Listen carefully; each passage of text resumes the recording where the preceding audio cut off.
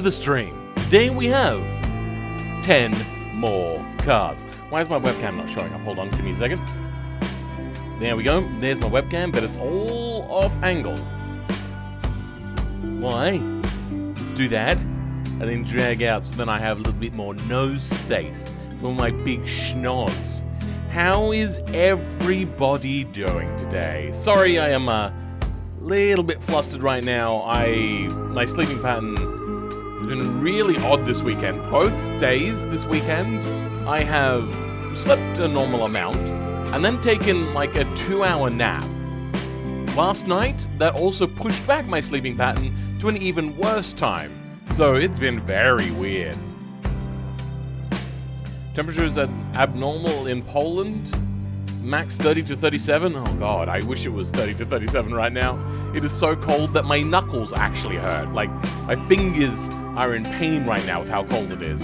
I wish I could afford to do heating, but heating doubles my electricity bill, which is already not as low as I would like.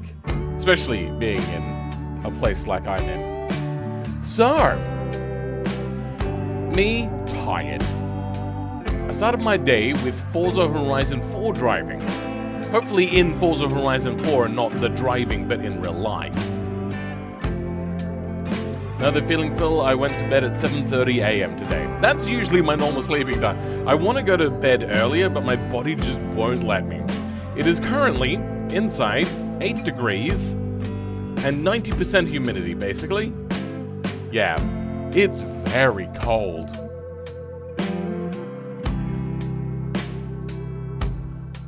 We still have a heat wave, and we still have winter.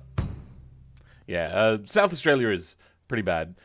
The only saving grace we have over a lot of European countries is we actually invest in a lot of cooling. And luckily, specifically in South Australia, evaporative, or what some places call swamp coolers, we have evaporative air conditioners, which work fantastically and are very cheap to run because they use very little electricity. They use a little bit of water, but water here isn't hugely expensive. But we do pay for it per usage, unlike some other countries. It has been 0 minutes since the stream starts and already scuffed. What's scuffed? Oh, the whole webcam debacle. Yeah. It was set up for a different sort of stream. Not on RL in-game. Okay, fine. That's good to hear. We got up into the 40s the other week in England. I can guess in England, that would be completely unbearable. Here, people still take their dogs for walks, which they shouldn't because it burns the pads of the paws of the dogs. But the dogs are so excited for walks, they don't care what is happening, and they don't fully understand. So they will go out and they will burn their feet. They're tootsies. 27 Celsius? Oh, that sounds glorious.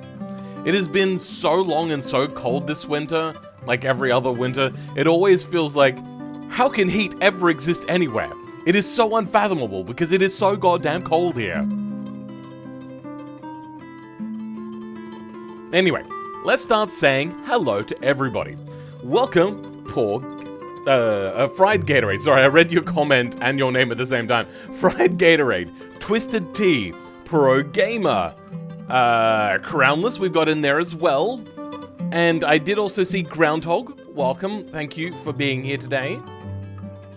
Let's go up a little bit. There is just a lot of repeat people talking. Firebird, thank you for being here. I think that's enough. But yeah. These are the cars we have today, and there is at least 2 really cool looking old muscle cars. A supercar, a sports car, 2 race cars, 3 sports cars. Yeah. So, we got a wide spectrum of cars this time. Winter, how does summer exist? Summer, how does winter exist? I know, that's what it feels like sometimes. Because it just lasts so long. Like, I know in a lot of countries, you have like a peak cold time, but here in South Australia, it just gets down to the cold temperature, and then, which is like around 5 to 10 degrees. 10 degrees being the warmer side. And it just kind of stays there for like 2 to 3 months. Which is like, there's no peak. You don't have to prep yourself for that really cold. All you have to do is just like be really uncomfortable for 3 months. I've got a heater right here. I could turn it on, but that nearly doubles my electricity bills. Like, oh my god. We got Javier. Javier Perez, welcome back. My sleep schedule has been weird too. I wake up at 2 a.m. and sleep at 7 p.m. That is odd. Okay. I like the light blue color on the right, very European car. You mean the old classic sort of looking car? Yeah, I thought it looked pretty nice. That sort of... It's darker than baby blue. Phil, if you could choose, would you rather an RS4 from 2001 or an RS2 from 1995? I would first ask, what is an RS? Is that an Audi? If so, I would rather start the stream. Welcome, Maurice Cuij. How's it going? Cuij? Cuij. I don't know. I don't know how to say your name, bro. But yeah, we are getting about 17 FPS. What do we get right in the middle? About 18, 17. Okay, yeah. About that sort of number. And if we come in and then face this way, away from everything, ooh, we get a lightning fast 25 FPS. Ooh, it's maxing out. I really need to upgrade my system. Or maybe I just turn the graphics down again. Hold on, let me turn the graphics down. Oh, wait, hold on. We should also get rid of hot lapping. We don't need that currently. Options, graphics, normal. Yes? Alright, whilst that's happening, we got a really rather cool looking car. Now, I know that they couldn't get red on the tires, so I do approve of it still being on the wheels, even though this sort of day and age, they would have had it on the tires.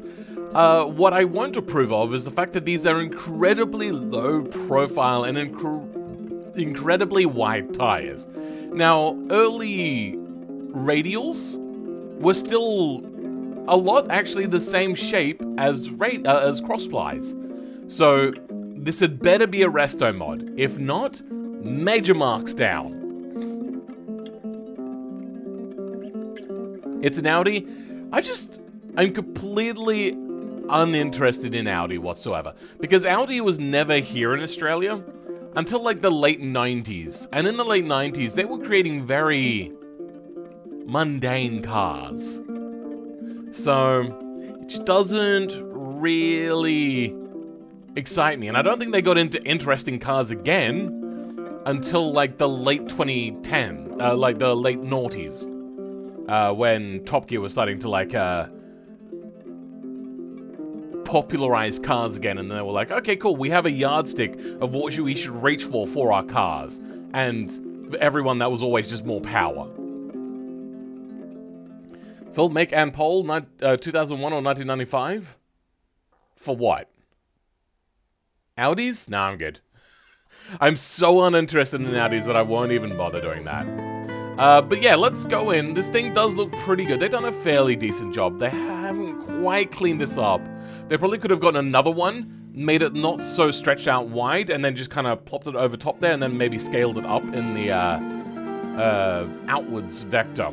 And that would have given them a nice clean cover up there. Sometimes you do need to use more than one thing. I also feel that this is probably not meant to be round and actually meant to be like square angular shapes. Why is my mouse in that? My mouse is a click icon. Weird. I don't know what's happening. Best Audi is the Group B Quattro, if you say so. I'm completely uninterested in Audi. Welcome, Ebagza. How's it going? So, because they weren't there when I was young, it doesn't really light a fire in me.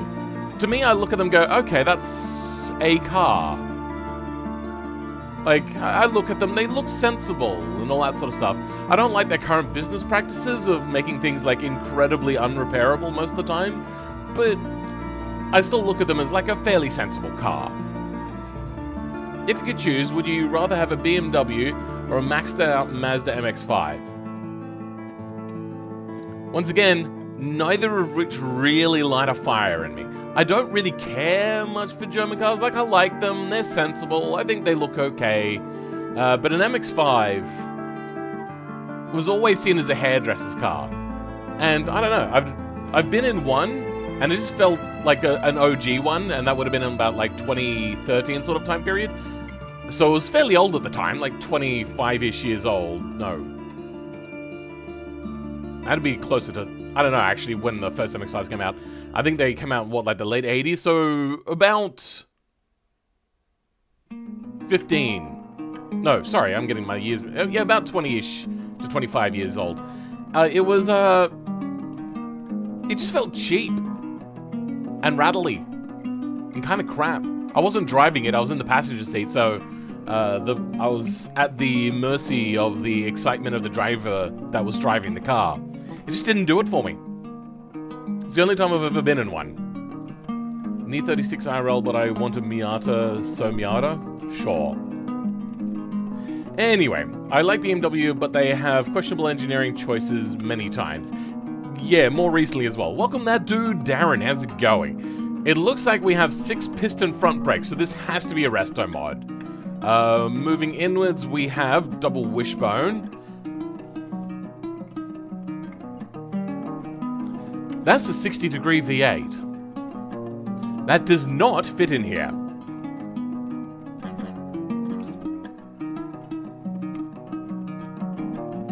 Okay, so narrow bank engines like V6s and V8s are generally, but not always, for front engine. For front-wheel drive. And the reason why that is because if it's usually rear-wheel drive, you could fit in a wider bank engine. And it's just kind of easier to make, I suppose. There's no reason to over-engineer like a crankshaft to be able to fit in a 60-degree orientation like this. Anyway, we have an overhead cam as well, which is also not very American, with 4-valve cylinder with 1 camshaft.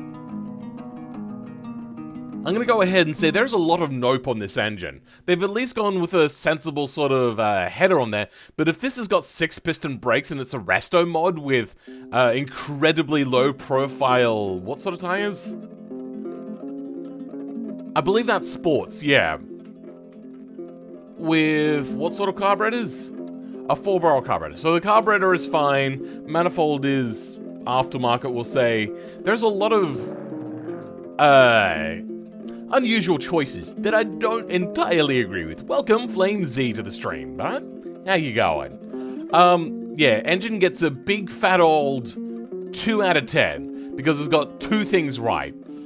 Kind of the thing here, and the exhaust manifold kind of. There's a lot of questionable choices. It's like a performance car that they've resto modded, but they haven't resto modded an engine, which is not an American sort of engine. I don't understand. Were there any V6 muscle cars? Yeah, there's been a lot of V6 muscle cars. Also, straight 6 muscle cars. I believe the original Mustang was a 6-cylinder. I don't remember whether it was 4 or 6, though. Welcome, KilpCon. Welcome to the streams. How's it going, bro? Yeah, let's move on from the questionable engine choices and see what we've got down to. Oh, there's no interior. Lame. Oh my god, independent rear suspension. Alright.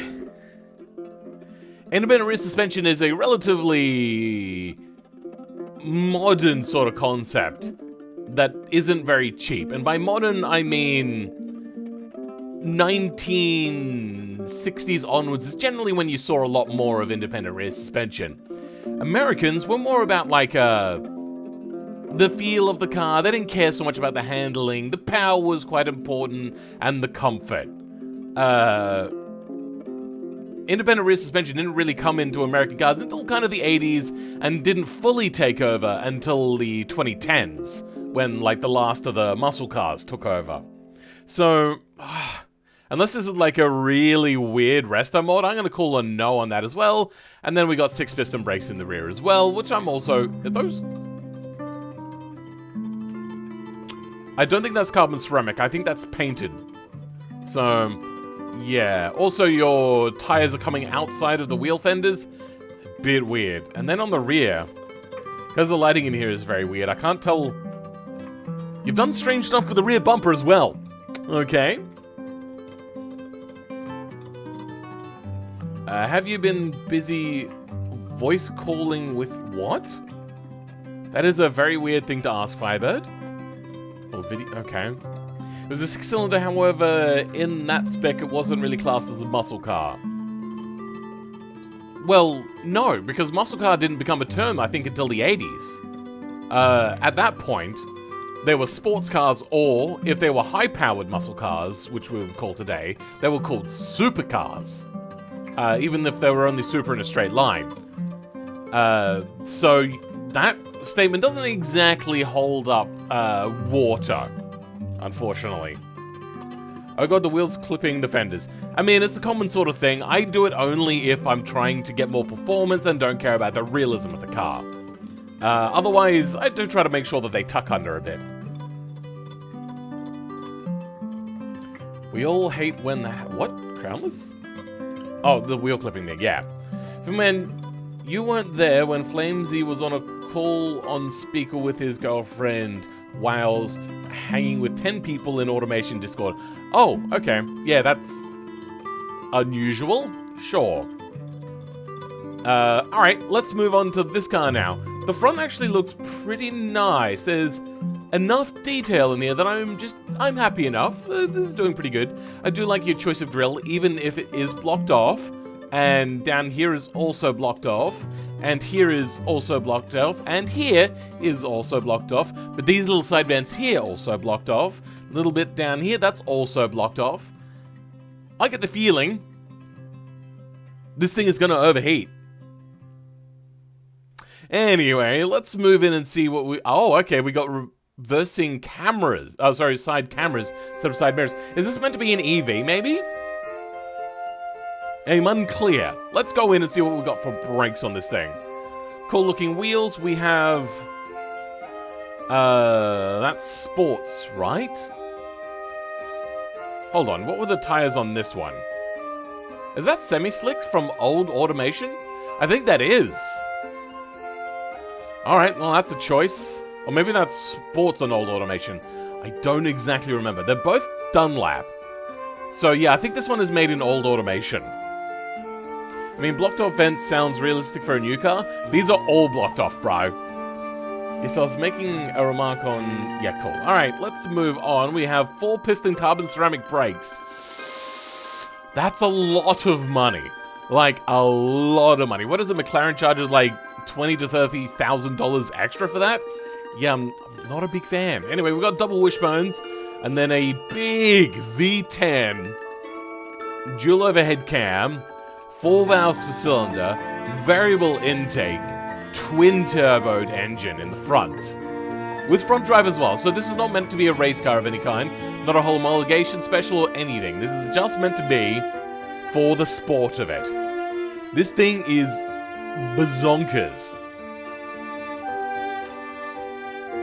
The more modern, the more blocked off vents. Sure.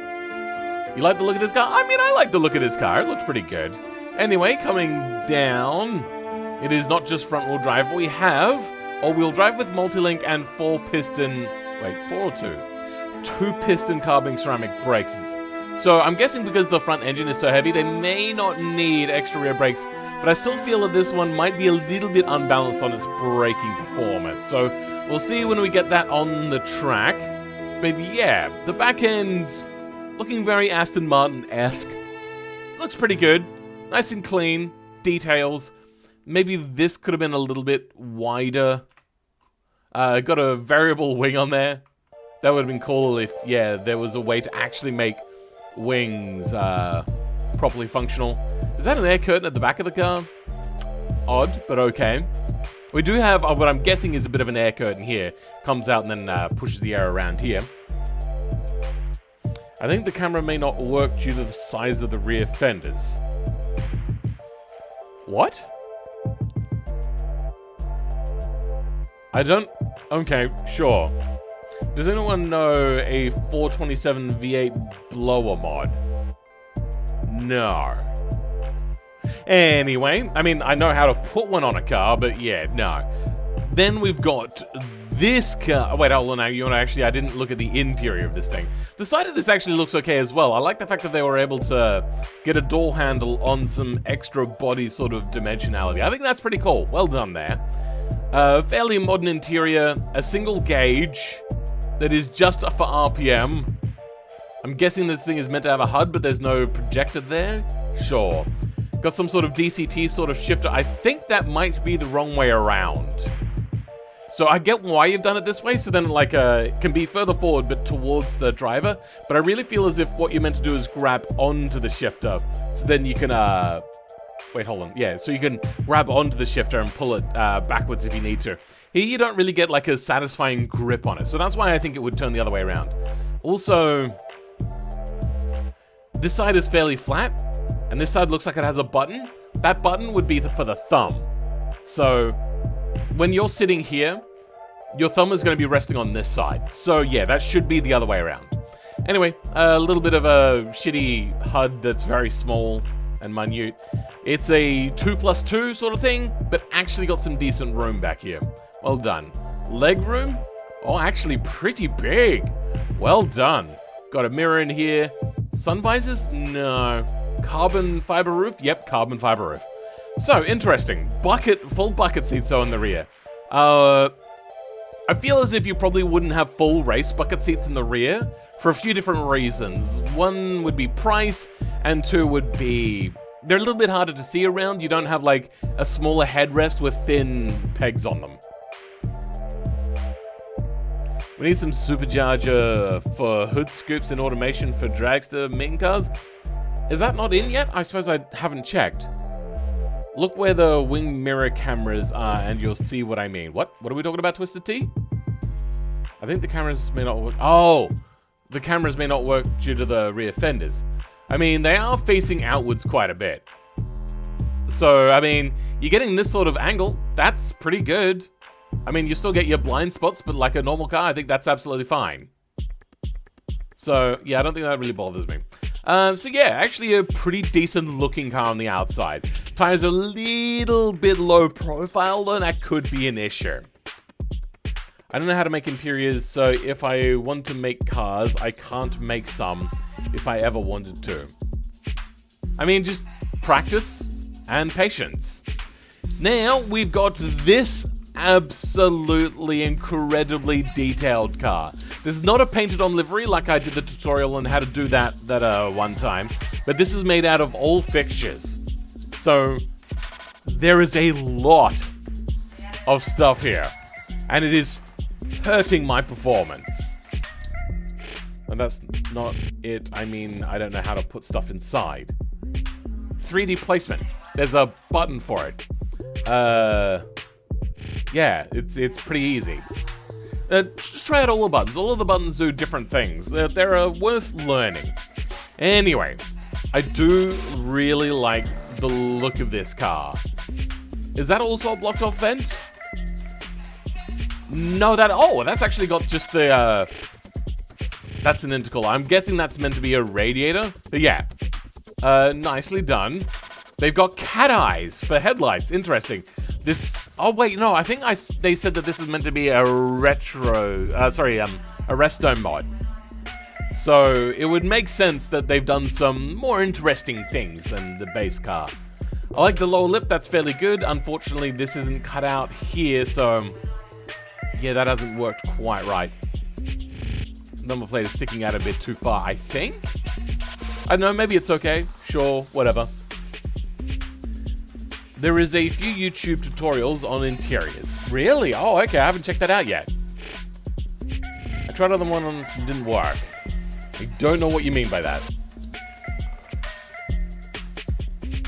Cat-am as opposed to Can-am? Nice. Anyway, we have big chunky radials. This is more sort of like a modern radial that you would get from a muscle car. It would be even more narrow than this for a an older car. This is Resto Mod. The whole thing's cat on the hood is all fixtures? Yes, it is. Anyway, moving to the inside here, we have... Oh, no.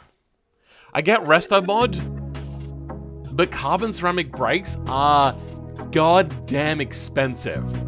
So this had better been done by like a really big company or a rich person. A very rich person. And single piston. I probably would have gone dual piston, but okay, that's your choice. Double wishbone. What sort of tires do we have? We have sports, okay. And a big dual overhead cam or quad cam V8 with 4 valves per cylinder. At least they're being reasonable in that regard. Full race exhaust, racing intake. I do know that they said that this is meant to be a race car, but yeah, I don't know about quad cam, maybe, sure. I think they said this is also a really big engine as well. I think it was like a 6-point-something liter. Kind of what the tuning parts company year 1 did for 77 Trans Am a few years ago. Okay, sure, I don't know anything about that. Welcome, Moss, to the stream. How's it going? Anyway, no front drive, at least they haven't done that. Let's go down to the rear. And we have independent rear suspension. Okay. A lot of these companies that are doing these sort of like resto mods will still keep the original sort of running gear in the rear. And one of the big reasons for that is because to switch from leaf spring to independent suspension on the cars actually takes a lot of structural work that adds quite a bit of weight. And to be honest, unless you're going for like absolute peak 100% performance, a solid rear axle is usually fine. So not a huge advantage unless you're going for like full-on time attack, but then use a better base car, because this thing would be a ladder chassis, which I can't tell what chassis is here because they have removed it, which is fair enough. Anyway, double wishbone, single piston, carbon ceramic brakes. Coming around to the rear, I do like those tail lights, how they kind of have the inner rims. I mean, I get the cat theme, but to me it's kind of like one of those I don't really like it sort of things. I think it's cool, but I don't really like it. I don't know if you can explain that. Like a... yeah, I don't know. Those are semi-slicks. I was out of automation already, and then decided to give it semi-slicks and copy the values in JBeam. Oh, okay then. Slip grip coefficient. Year 1 did that though, Phil. They wanted to bring Trans Am to the supercar stance. Oh, okay. Interesting. It wouldn't have been supercar technically. It would have been touring car or race car. Very nice car. I think it's pretty cool. I like the look of the exhaust and everything. I think you've chosen the wrong material, but still it looks pretty decent. I like the little ventilation there.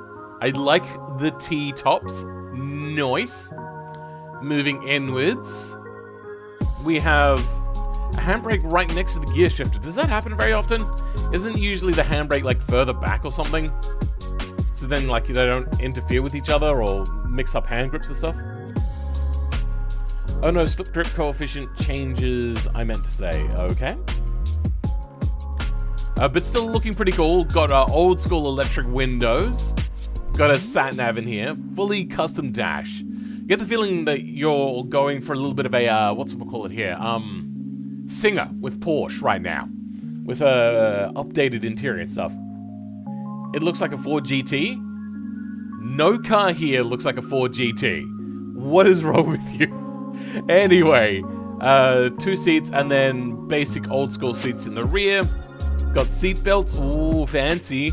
Seat belts to the front. They do have seats to the front. A little bit of a logo on there. All of the gauges. I feel that your steering wheel is not at the right angle.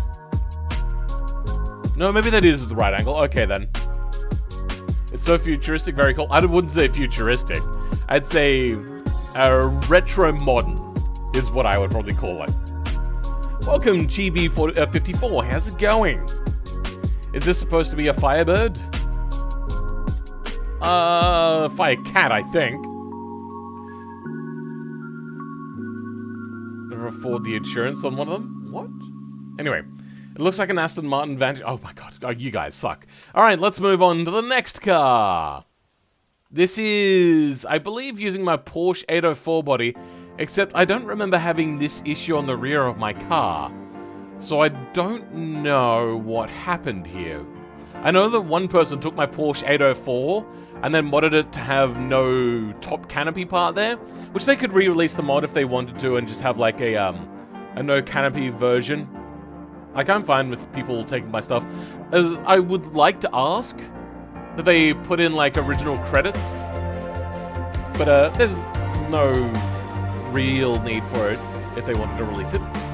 If you had a Jaguar E-Type S1, what would you do? Sell it or keep it?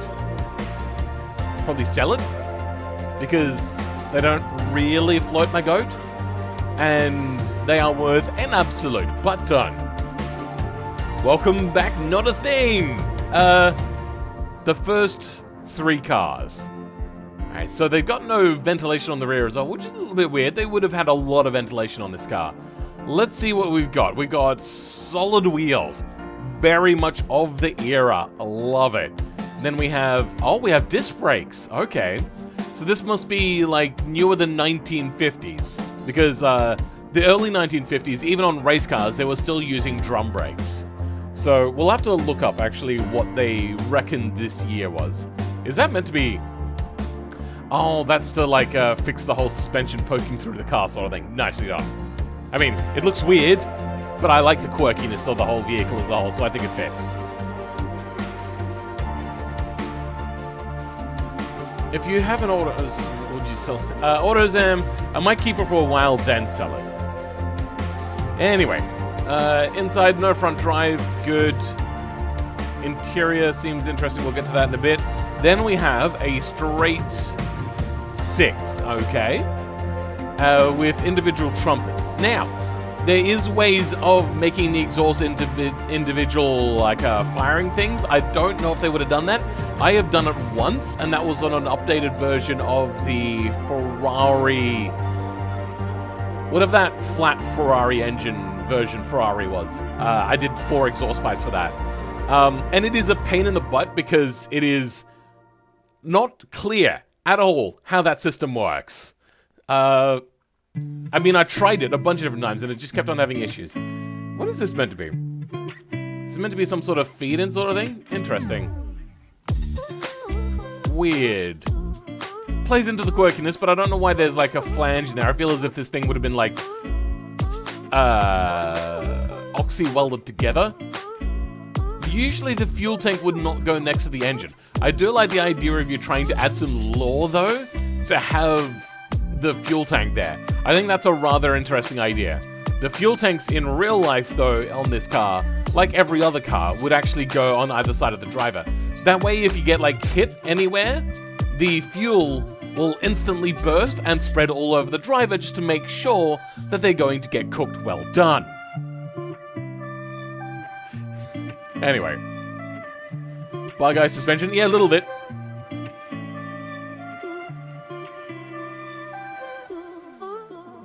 I have actually offered the creator of this car to help them make the exhaust work, but got no reply. Okay, fair enough. Yeah, so an interesting car. I feel as if there would have been more ventilation. Is that meant to be the supercharger mod? And is that mounted to the body? I'm a little unclear. I hope that they've also moved the nodes over. We'll check that out when we get to the car. I hope that this thing is actually weighted to one side and they've actually put fuel tank nodes in, stuff like that. Then on the rear, also disc brakes. Sure, that's less common. I see that we've got cross flies, but I feel as if that's not the right compound. There would have been like a medium compound. Is that a medium compound? I don't know. Tyrelli. I don't know what sort of compound that is. I just don't know. I'll not drive old F1 cars like to Jis. I'm assuming you mean this. Sure, fair enough. Really wide wheels? I mean, depending on what year it is. If this is 60s, this is possible. If it's 50s, less so. I've also noticed that there's not much tire wall bulge. And here, this thing is incredibly round. I'm not entirely sure why that is. Not the wheels, the track. Yeah, it is a little bit wide. So, another thing about these older cars is...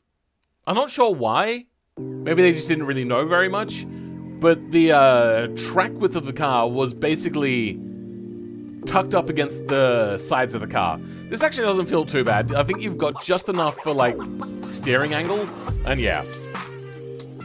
Those are mediums? Oh, okay. Thank you for looking that up. I didn't know that. But yeah, let's have a look at the interior. We have a white steering wheel, a gear shifter that's way too high. Usually the gear shifter would have been down here. And, oh, look at that! They've got the tilted rev gauge cluster. Rev gauge. That is actually a very common thing from back in the day. Welcome, Peter Zoldos. Zoldos, how's it going? And welcome, Octane, to the stream. No positive camber, though. Mid-engine. Positive camber was really only a thing on front-engine cars from back in the day. Why is a tilted gauge a thing? I don't know. But that was just something they did. I think it was so then they could see the gauge, like, in the middle of the rev range when they wanted to shift, where it would be, like, most important. Sort of thing. I don't know. I've seen it a lot. I just never bothered to research because it didn't really bother me. I just thought it was a cool quirk of an old thing. So, we have a SUV now, kind of... No, I wouldn't call this a ute. This is more like an American truck than a ute. Way too big. Way too tall. We'd still call it a ute here in Australia, though. Stops you rolling that track width.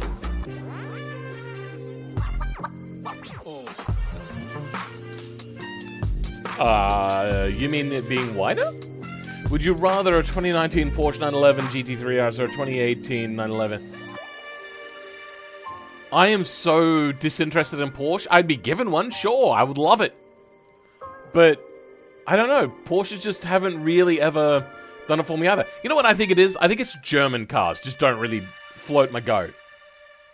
Anyway, it looks okay. I feel as if on bigger, more manly sort of vehicles like this sort of thing, they would have bigger, thicker lights. Especially being American, I feel that they have thicker lights. This looks very Austral-European sort of thing, I think. Maybe a little bit Japanese. This truck is the most American thing you'll ever see come out of China. You know what? Actually, I do get that vibe a little bit. Yeah.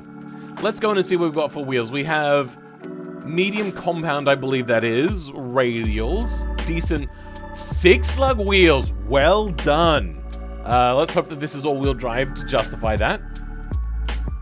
It was...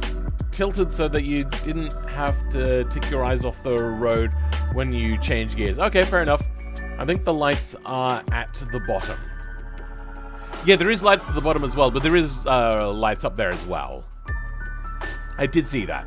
Anyway, in here we've got 6 piston brakes. I feel as if this thing would have just had like less brakes than what was necessary. But I suppose maybe this is German. Who knows? Double wishbone suspension, then the engine. Oh, that is a big chungus engine. Oh my god, I have to go out of the hood to actually see it. Is that a custom valve cover? I think it is.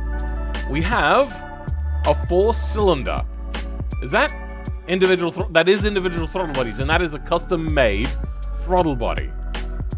And I believe that this is not a standard engine block either.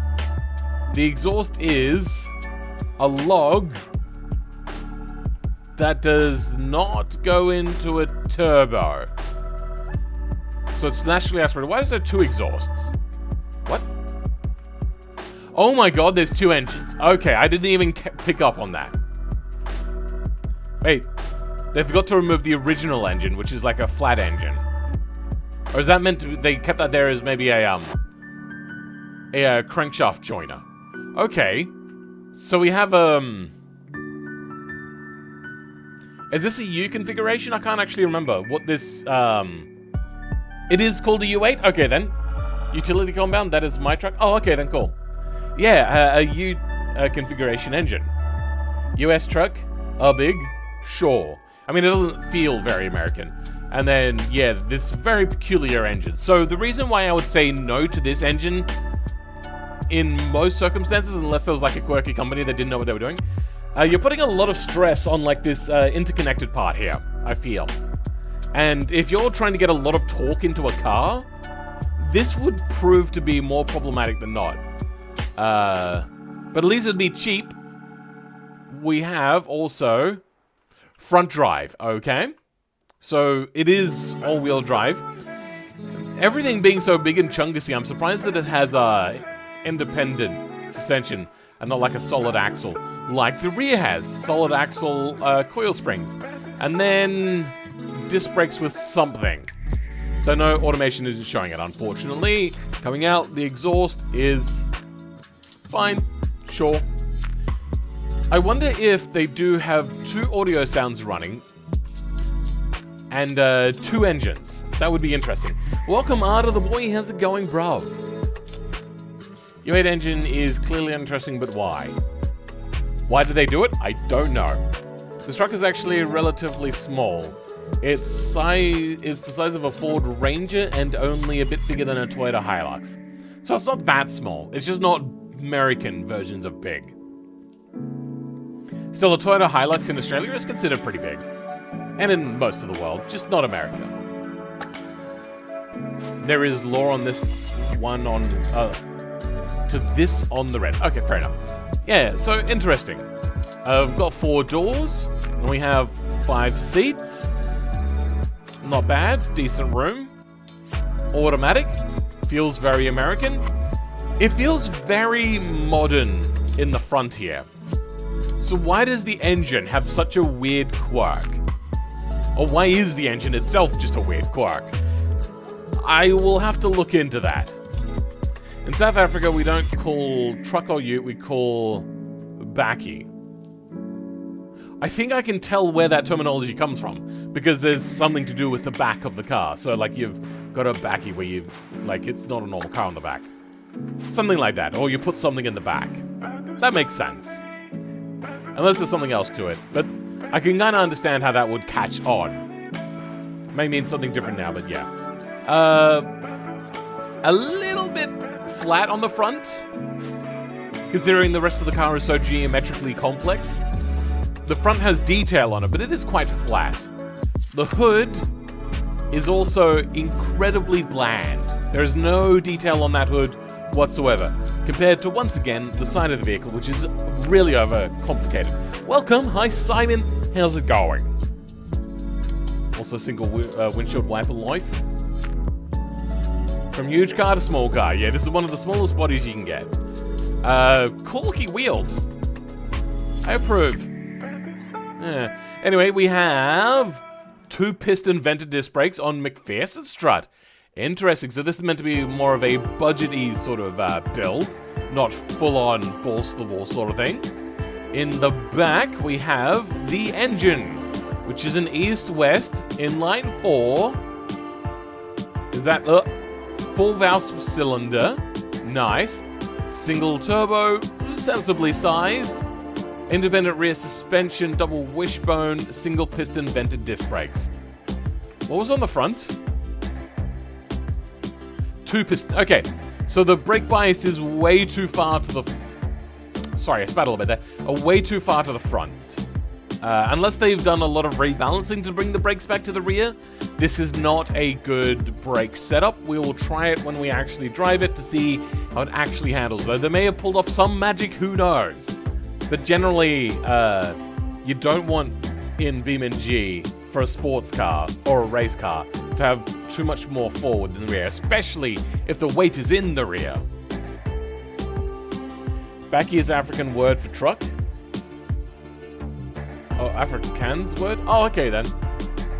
Maybe they did something like that. Because I'm assuming that in their long historied language, they didn't have a word for ute. They may have a word for cart, maybe? I don't know. I don't know what their language is really, but it really feels as if it is derivative from something being on the back.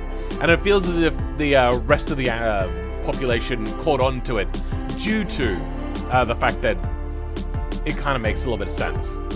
Usually a word doesn't just catch on. Anyway, interesting. The back end looks a little bit flat, but at least a little bit more interesting in the front, and it feels a little bit more uniform in its design. Let's move on. The side also... These are a little bit sharp compared to... Sorry. I don't know. Everything feels like sharp, but flush. This thing does stick out quite a bit is what I'm trying to say. I do like this detail on the back here. That's pretty nice. Anyway, moving to the interior. Well, you're not fitting in anything in the rear there, so I don't know why these seats are so far forward. These seats are very far forward. Decent legroom. Got a manual shifter, manual pedals. Interesting interior. I think that is the dash? No, I don't think that is the dashboard. Italiano. Nice. Some extra little things down here. This is quite interesting. I like it. Interior is a little unfinished, unpolished, but it looks pretty good for the direction you'll be looking. Nice. Then we've got the Jaguar Silk Cut, or whatever. I'm assuming that the intercoolerless turbo engine is so that the car can make more power. I don't think this car is overpowered by the looks of the turbo size. I'm guessing it's probably intercoolerless to save weight. Also, I didn't notice that this thing was intercoolerless. Ah! Camera's a little bit jank there. Air in and air out. Pip's digging a hole. Okay, yeah. Oh wait, no, there's the intercooler. So it does have an intercooler. What?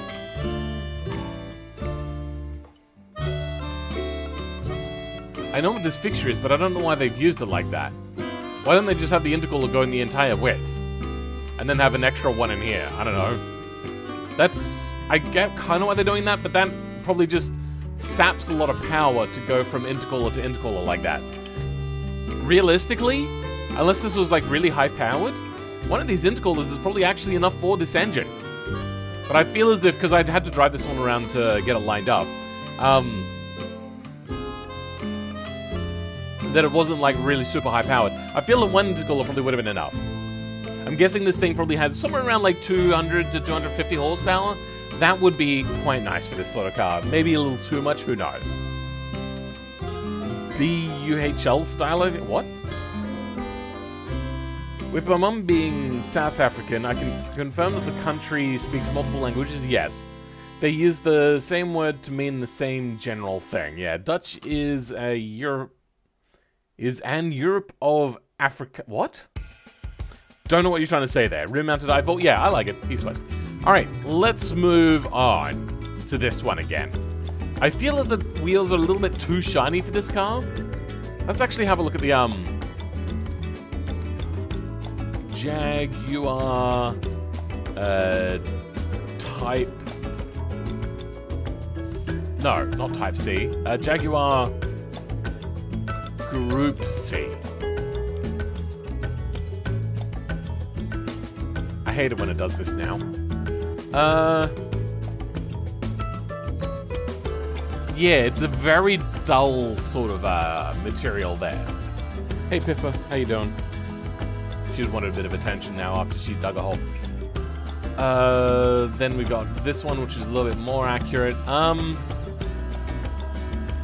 Yeah, I'm gonna call a no on the color. I also feel there was better matching wheels that aren't 4-lug.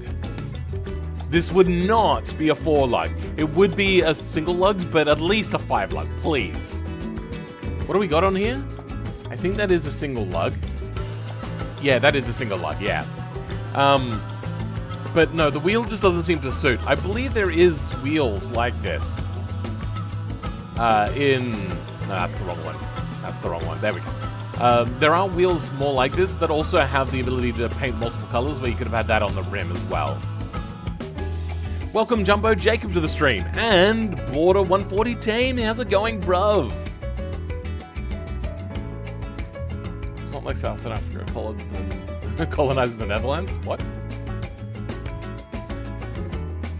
Anyway, XJ something, I used to know a lot about them. Are you thinking the XJ15? I don't think that, no. XJ... Oh, no. XJ... 13? No. What is this? Oh, XJR 9. I see it right there now. And XJR 8? Oh, this is the XJR 12. Okay. I didn't actually realize that there was a difference between these two versions. I thought it was just a livery, basically. Alright. I learned something new. The only one I really like, though, is the XJ220.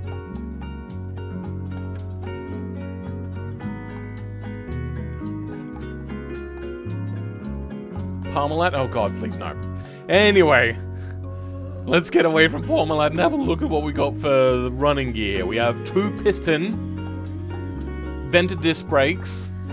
We have double wishbone, carbon fiber chassis. Moving back to the rear, we don't have front drive. At least they've got that right. And we have 2-piston, vented disc, double wishbone in the rear as well. As for the engine, that is a single overhead cam. 3.6 V12, okay. With 2 valves per cylinder.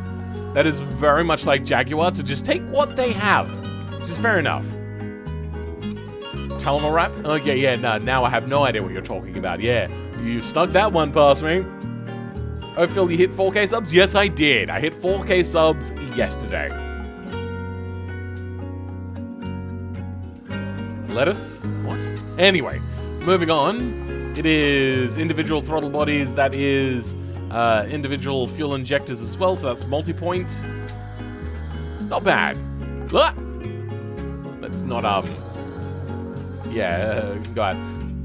I am excited to see what this engine is like. I've never actually done a car like this. I feel that the engine is a bit too far back. Do they have to do that so that it wouldn't punch into here? But there's like a big ballast area. I'm assuming this is meant to be for fuel tank then. But I think you could have had the end... Okay, so what I think you could have done, potentially, if this is meant to be a fuel tank area, you could have had the engine further forwards, go through this firewall section here, because I feel as if the body line is here, the chassis line should have at least been here. So you could have moved the engine further forwards and then had more fuel ballast there, but also you could have fit some of the fuel ballast more on the sides there to fit around the engine a little bit. Yeah, I feel that would have been your best solution there, as opposed to moving it back like you did. Here we've got lap time... Oh, laps, liters, and temps. Oh, okay, interesting. Very carbon fiber interior, single race seat. XJR 12 interior.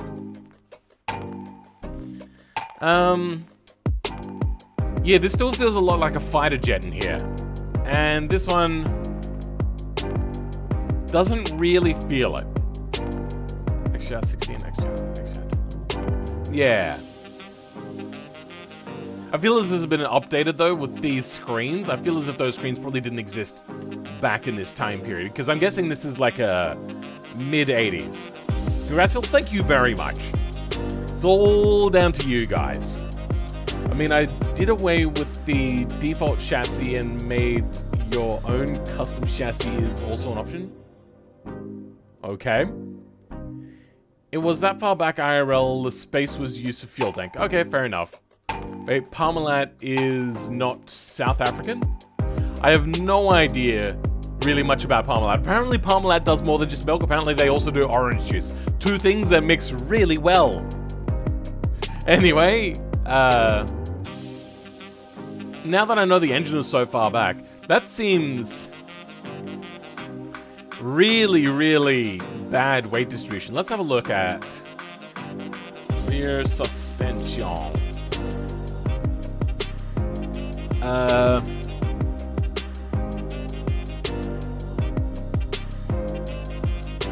What is an XO 308? Here we go. At least on this cutaway of an XJR 9, it does actually look a lot more forwards than what you stated. And it actually does look very close to the cockpit. And it feels as if like the fuel tank would be in there, but the fuel tank would be a lot lower and also maybe a little bit more saddlebaggy. I don't know exactly, I can't tell you for certain. XGR12 Engine. Yeah, so if this will load anytime soon, the engine ends here at about the front of the rear tire. That's a Bugatti? No, that's a Jaguar V12. Yeah, it ends at about the front of the rear tire.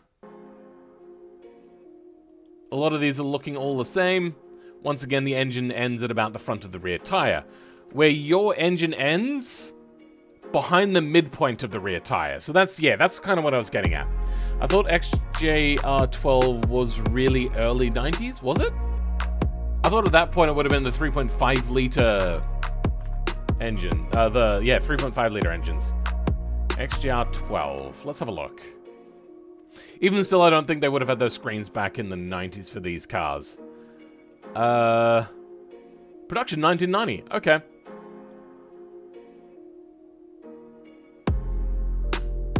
I was wrong.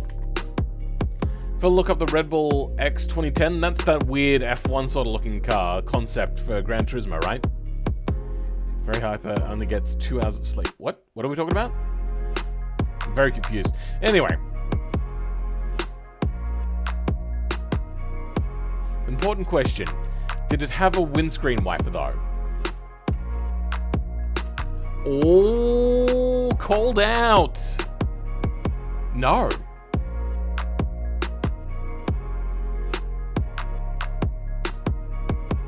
Wait, what? What were they going to do if it rained? Am I missing something here? Oh wait, no, I can see it tucked in there now. And do they remove it? Yeah, it's over this side. But it's not I think they take it off for events, maybe? You can actually see here that there is a mechanism, and I think that's where the windshield wiper is meant to go. And it only, like, cleans one side of the windshield, which seems incredibly dangerous. Here we go. Yeah. That's a problem. 1999. Okay.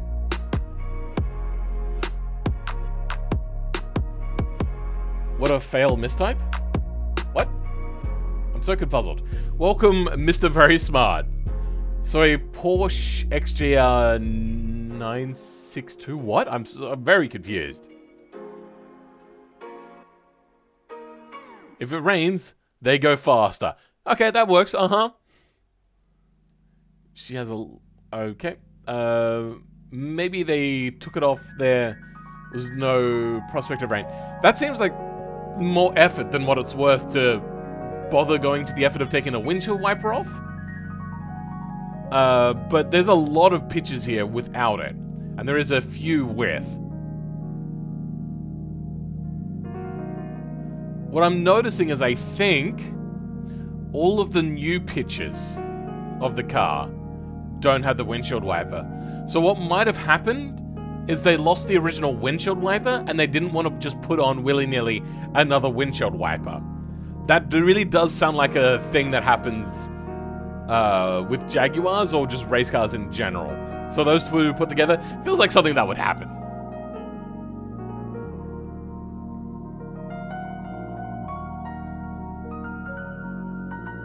Anyway, back to the car.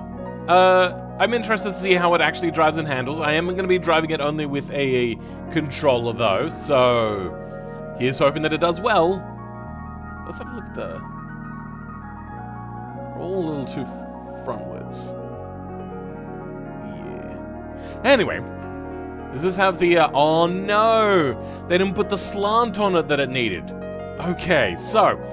How I would have done this is sacrifice a little bit of length of the car and instead use some cutoff, some patchwork or something like that to cut away at the bodywork and then put in the rear panels again to give it the shape again.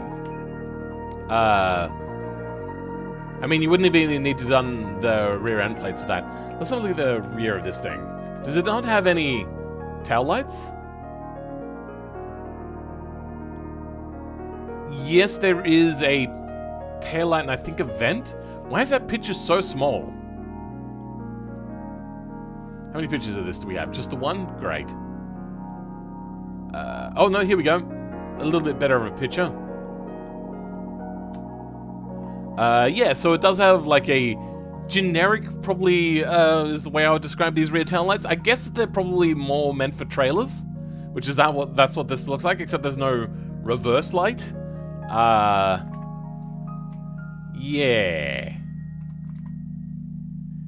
Oh, I think the rear end comes up a little bit higher than this car. Yeah, alright, so I don't know. Yeah, that's a bit tricky, isn't it? Much like the old Mini, I think they just attach with minimal effort. What?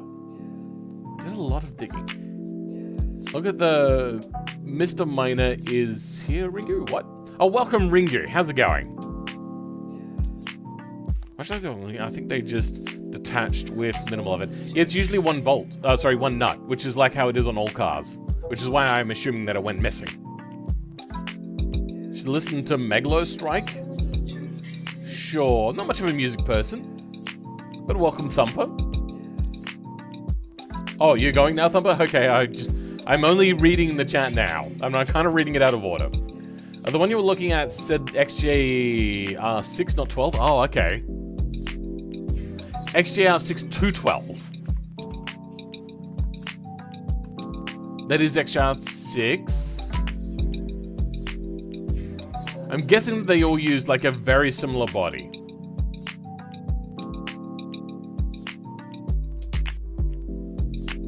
XGR9 looks pretty much exactly the same. Can we please have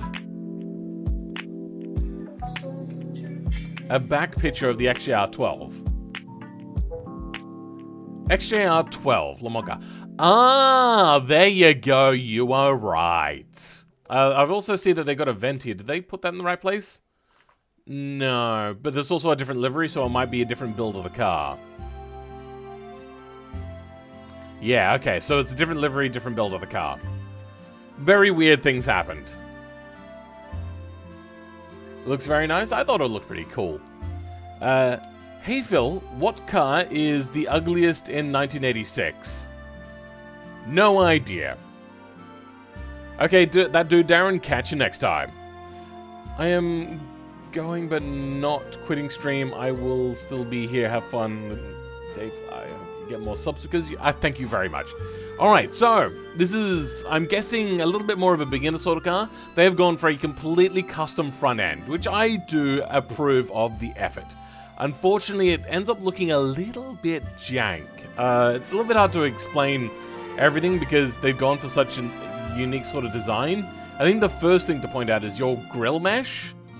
If you go into custom materials and add your own custom material for it, make a grill mesh, you could change it to like world textures or not. Find out which one of those will actually fix this chopped up issue that you've got here. Not really lined the inside here, which is a bit disappointing. There's no other three-dimensionality to it. It is just cut out and grill. Like probably would have gone like a cut in from here to the grill at like a... Let's have a look from the top. It would have started here and not just gone sideways. It would have like cut in towards the grill, maybe a little bit, add a bit of dimensionality. You've done a good job at starting. There is more to learn though, and I would like to see how you develop as a person that uses automation. The lines are not matching up, which makes it look wonky. Yeah, it does look a little bit wonky. But good job for going for so much custom so early on in your... Yeah, something like that. I don't know if I'd call it a career, but sure. Ugliest car in 1986 was probably the Ford Escort from that year. Sure, I mean, I probably don't agree, but that's your opinion. Opel Kadett, Vauxhall Astra. I probably wouldn't agree with that either. I don't think, like, GM makes really often ugly cars. They make uninteresting cars, sure. On this car, we have carbon ceramic brakes again. And when everyone's super, no one will be.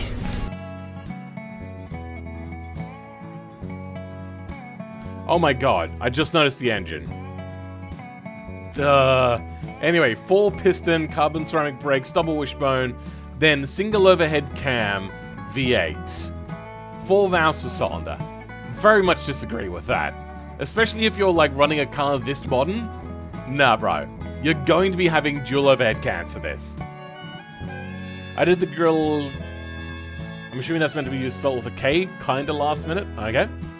I agree with Firebird sentiment. Yeah, I do as well.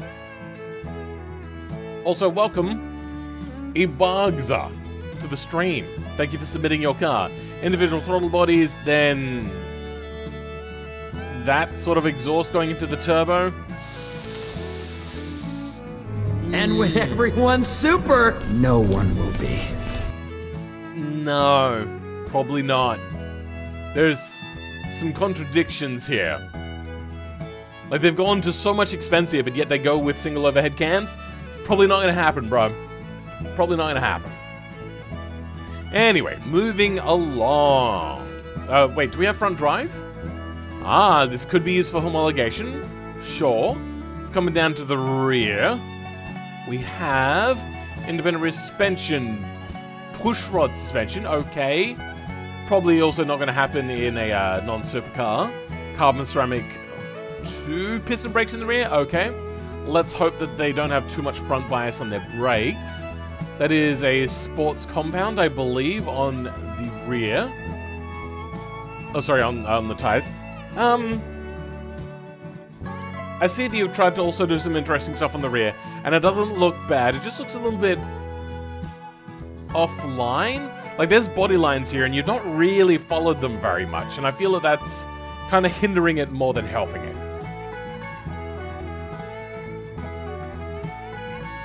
I feel there's also, if you're going to go to such extremes for a car, it's probably the sort of car that might have a rear wing as well. Maybe. Possibly. But yeah, I don't know. This is also a particularly nasty body to drive in beamng. I don't know why, but for some reason the weight is really rearward. So if you have a very powerful engine, which this one looks like a very powerful engine, and you start doing gear shifts, the thing is going to kick out horrendously in corners. And when we take this one to automation test track, which I will, you'll notice it does that on the big long Evanson S's corner, which is corner 3 in automation test track. Anyway, let's have a look at the interior. I think the mirrors are a bit out of line, but no, they're fine. Basic, but decent. No rear seats. Okay. Not really a great sort of... Oh my god, this is so far off center. That is ridiculous, bro. Well, at least you got an interior, but that is way off center. Oh my goodness. Let me drive my car. That would be incredibly uncomfortable. Gauges, not a digital dash. Fair enough, if you want it. No uniformity in the dash design. Interesting choice. I probably would have kept a uniform, but that's also, yeah, whatever you want to do. Is that an advanced automatic shifter? Sure, okay. Moving on. Now we've got this classic with very, very narrow tires, which feels about right. Us in the automotive industry would call that engine an absolute nightmare to work on, as there is so much detail that could go wrong with that. If you say so. That's painful to look at. What, the off-centered seating? Yeah. By the way, I just noticed, congrats Phil. Yes, thank you very much. I reached that yesterday. Woo! Poggers. My microphone's still working? Move on. Test? Yeah, no, it's still working. I just accidentally yanked on the cable and my heart just went, uh-oh. Hope that didn't damage it, because that was a pretty hard one. Cute French car. It does kind of look a little, like, very European, and I could see this being French, yes. It's got a single headlight as well, I've just noticed. With also side lights as well. A bit overkill.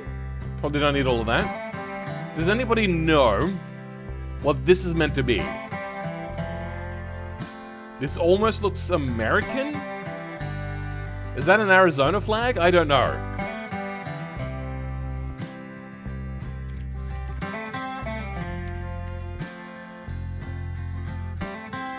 How did I know that? I mean, it's not an exact one-to-one. I will give grant that. But yeah, that looks very similar. I'm gonna go get a blanket to put over my lap because I am so cold right now.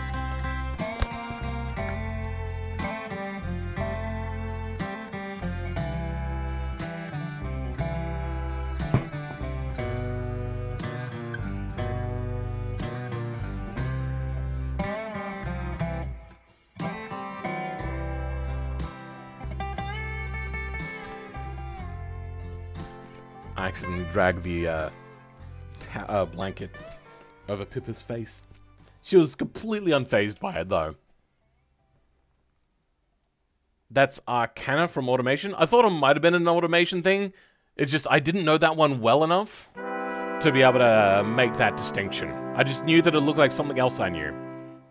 Also, I have no idea how I knew what the Arizona flag looks like. I have never been interested in Arizona. It's just kind of some place in another country. So I don't know how that happened. Is it winter in Australia? Yes, it is quite a cold winter here in South Australia. In the northern parts of Australia, it's a lot more tropical, so they're not really dealing with winter, but here, yes, we are.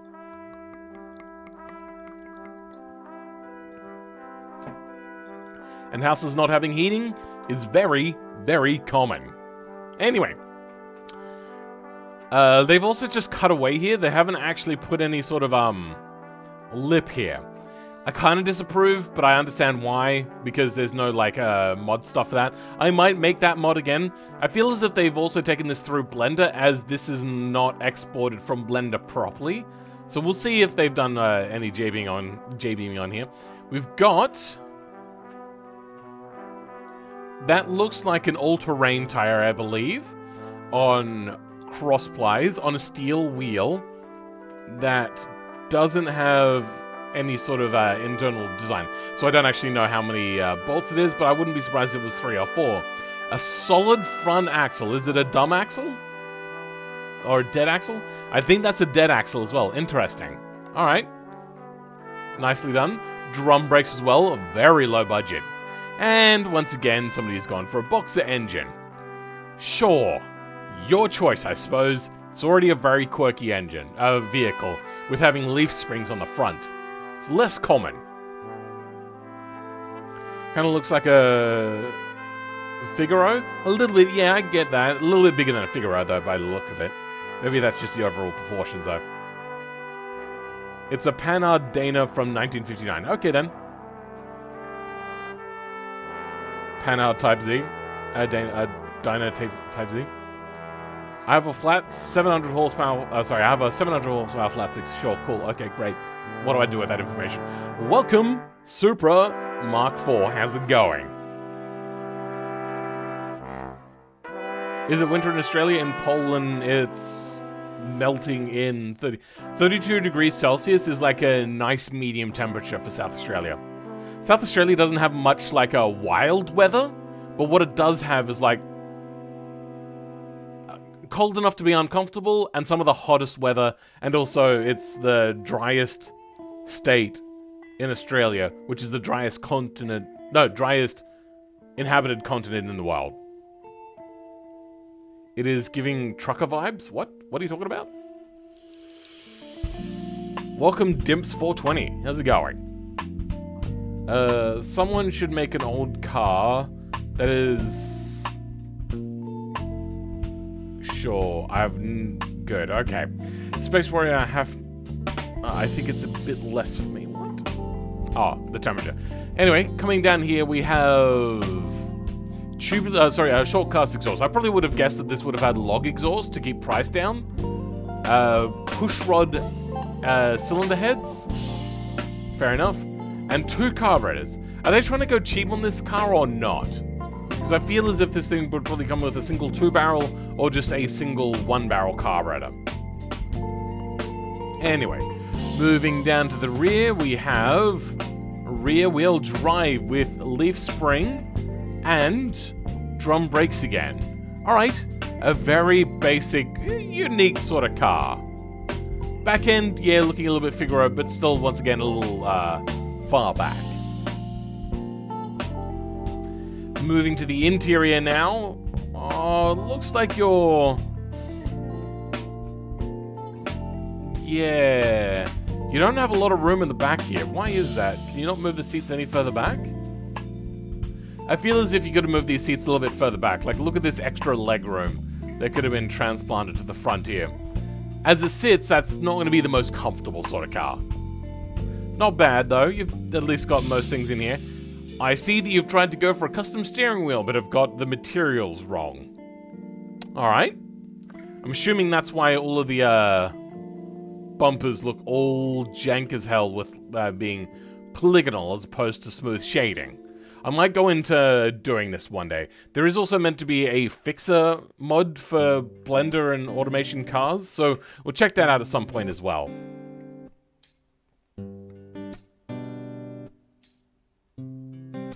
Oh, is this actually based on a real car? Oh, okay then. 2-cylinder boxer. Alright.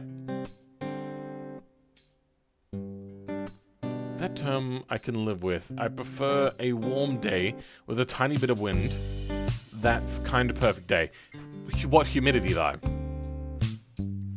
Very 50s interior? Yeah, quite. No texture steering wheel? Yep. Okay, cool. Moving on to now the last car. I'm guessing this is also made by a person that's quite a beginner at automation, because nothing here really matches body lines wise. Like, it is all over the shop. I don't want to be offensive or anything, but yeah, so these lines don't really feel like they match. This doesn't feel like it matches anything. This headlight does not really match at all. Probably what you could have done, what you could have actually done is something interesting, is had this headlight come down and then down like this, come up, and then have it kind of be like a T on the side. A little bit like the Volvo Polestar sort of thing, maybe? Phil, you will forget to say hi to me, will I? Oh, sorry, my brain is getting very confused, muddled with all of the different things. Welcome, well, sir.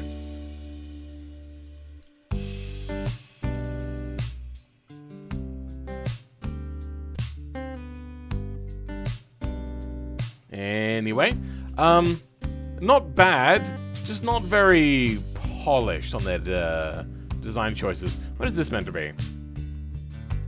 Some sort of intake? But then there's a radiator right there?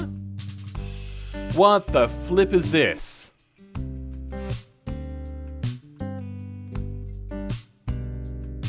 I mean, it's not for the interior, I don't think. That is a peculiar choice. Anyway, if you're going for a flow through on the front grill area, it would flow through like this, not flow directly upwards into that. So that doesn't really work. In fact, actually, I think the air would have to go in here and then come forwards and then back up through that. So that doesn't really work. So for instance, your radiator is here, but your ventilation is like, oh, it's just touching the front of it. So yeah, that doesn't exactly work. And then the side here also really does not match anything. Kind of a cool question, but is there a way to join the Phil SMP? Oh, sorry, off topic. My brain is terrible today. You can go in and request on the Discord. There's a Minecraft section, and we will have a look and, yeah, approve. Or not approve, depending. I feel like replicas are easy to get mostly right than original cars. You need an eye for detail to make the original car look good. Sure, yeah. Let's see what we've got on the inside here. We have carbon ceramic 6-piston brakes with push rod suspension. Do we have front drive? No, so this could be a homologation car or some sort of race car. Is that meant to be a fuel tank? What was that? Can't actually tell what it is I'm looking at anymore. No, I don't think that's meant to be a fuel tank. Anyway, yeah, because the fuel tank would not go there. Coming to the back here, what the hell? There's some weird things happening here that I don't fully understand. Maybe when I'm older, they'll tell me what it means. Then we got push rod suspension in the rear here. That's a little bit more accurate. We have 6-piston carbon ceramic brakes in the back as well. And the engine itself is largely obscured. There we go. 1, 2, 3, 4, 5, 6. This is a V12. with 4-valve per cylinder engine, individual throttle bodies. Do we have turbos? What is this meant to be? There's just a pipe in the middle of nowhere. Is that meant to be viewable from up here? It is meant to be viewable from up here. Okay, fair enough. I get that sort of design. What is that? Is that meant to be a carburetor? This track plays quite often and it's so chill. Alright, if you say so.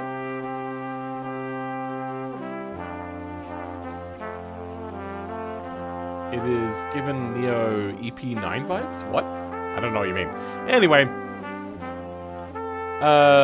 Big, hefty, heavy engine in the rear with rear-wheel drive. Hopefully, they know how to make a car handle better than the design of it. The back end, actually, a much better job than the front end. No rear wing, though. I feel as if this car probably would have come with a rear wing and not a small fold-away wing like this one. Especially considering that I don't think is a real wing, I'm not sure.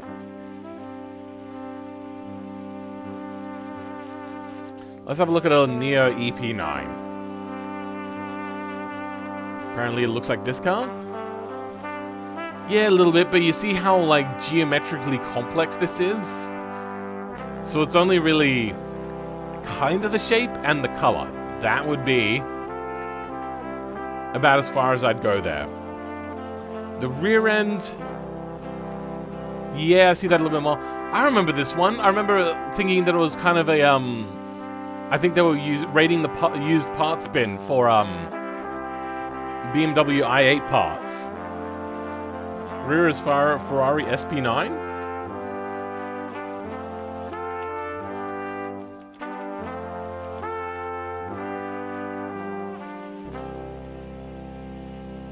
Oh, SP3, sorry. Not even close.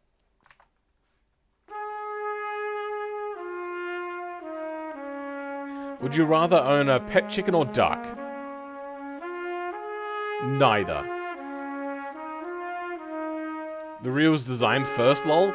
It does look like you put a lot more effort into the rear than the front. I am seeing, though, only brake lights, no indicators, no reverse light. Maybe add different dimensionality to the rear vents. Oh, there is different dimensionality. Okay, fair enough. I mean, it looks okay. I approve. The side and the front, I can't really sign off. I'll do this car and resubmit it if you say so. The doc is here? Are you talking about Doom? Dr. Doom? Are you Dr. Doom? Oh no! You didn't really know what to do for the front. I can tell. Because it looks like you kind of gone a little bit McLaren-esque. And a little bit vomit. You know. Sorry, it doesn't look... Like, I can see that you tried to put some effort in there. But it looks really... Like, sometimes you have to do a first draft, scrap it, and retry. I feel as if that's a first draft, you should have scrapped it and retried, unfortunately. Not bad, just not good, really, by a metric that you would use. So, let's start off with this one, which I'm assuming is some sort of resto mod. Which is... not this one? Okay. Hi, everyone. It's... Cheeky, you're in the chat! See a famous car you liked on your Discord server. If you say so, I don't really remember that much. To download the car, click here, blah, blah, blah. You haven't given any other definition to the car. Not just mirroring the writing, so it's not... Oh, yeah, invert on the other side. Make cutouts of the exhaust still. Alright, cool.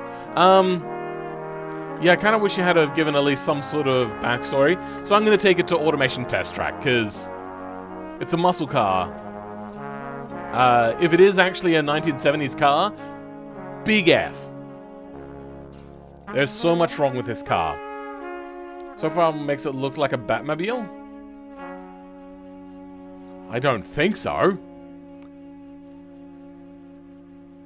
Yeah, so the year of the car is 2020. Thought so.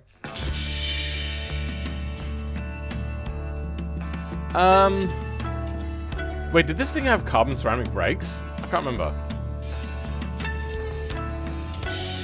I think that's meant to be carbon ceramic brakes with 6 pistons on the front, so this is a race car, which means I don't need to give it a full score. I can just give it a simplified one. I have my audio turned down. No, I don't. Oh.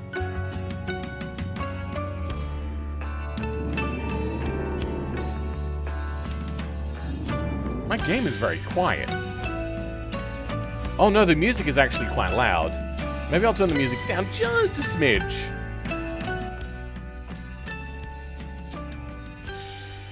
Okay. That is very quiet. Let me turn that up.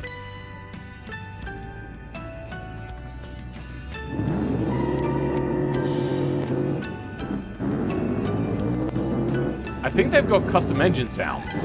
Also, this engine revs way too high for a muscle car. Dr. Batman, what the f are you talking about? Welcome, Indestructible X, to the stream. How's it going? 1 horsepower go by. Has this thing got traction control? Why is the thing stuttering?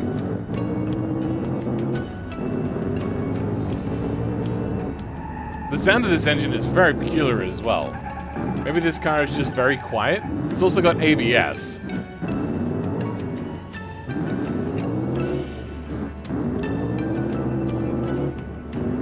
But the thing is also the tires are quiet.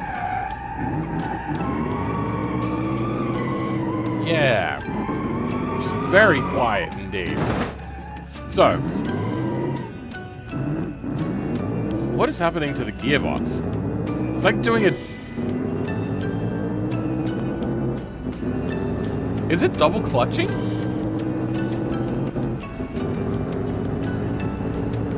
$6,500 RPM? That is way too high for an old muscle car as well. There is something wrong with this car. For some reason, it's like, lifting off the throttle a lot. I'm not sure what's going on.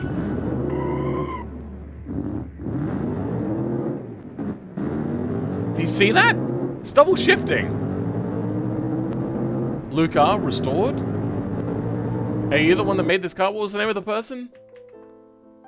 No, it's Cheeky125, and they're not here. What is it doing?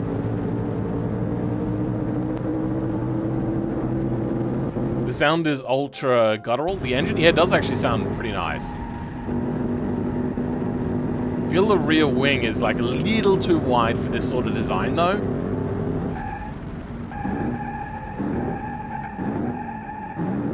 Wow, just touched the wall. beamng doesn't know how to change gears. I think the audio was also glitched. I'm surprised it takes so long to brake. We weren't going extremely fast, and it feels as if we have a bit of downforce, and the tires feel like they are full slick tires. ABS on the 70s car? Yeah, I know. Welcome, Skibadoom! Granny's shifting and not double clutching like he should. Sounds like Gran Turismo 5. Does it? I don't think I ever played Gran Turismo 5. I kind of missed 5 and 6 altogether. Like, I played 1, 2, 3, and 4, then Sport, and I'm going to be probably forever boycotting the rest of the company for the rest of their days because of their dodgy business practices. I'm guessing it's not going to get any better. It's probably only going to get worse. They're going to, like, do a really bad thing, and then hear the backlash, and then revert it to, like, halfway in between. So then people go, oh, good guy, Gran Turismo. Nah, I'm not falling for it. I think the brakes are massively overpowered and ABS can't deal with it properly. I think there might be an imbalance in brakes. And I think they might be just a smidge to the forwards, but at least it's not, like, understeery bad.